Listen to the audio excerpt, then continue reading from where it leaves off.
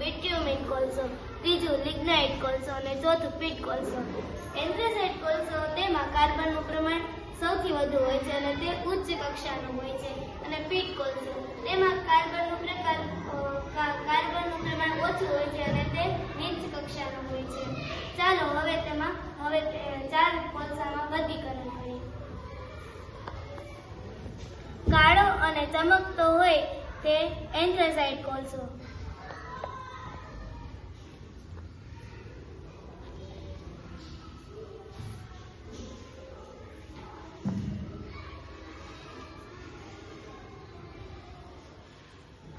પછી બિટ્યુમિન કોલસો.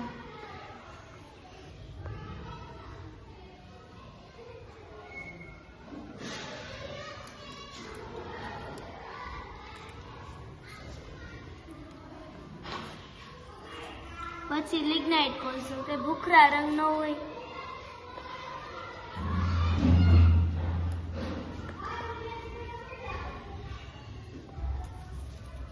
અને પછી પીટ કોલસો.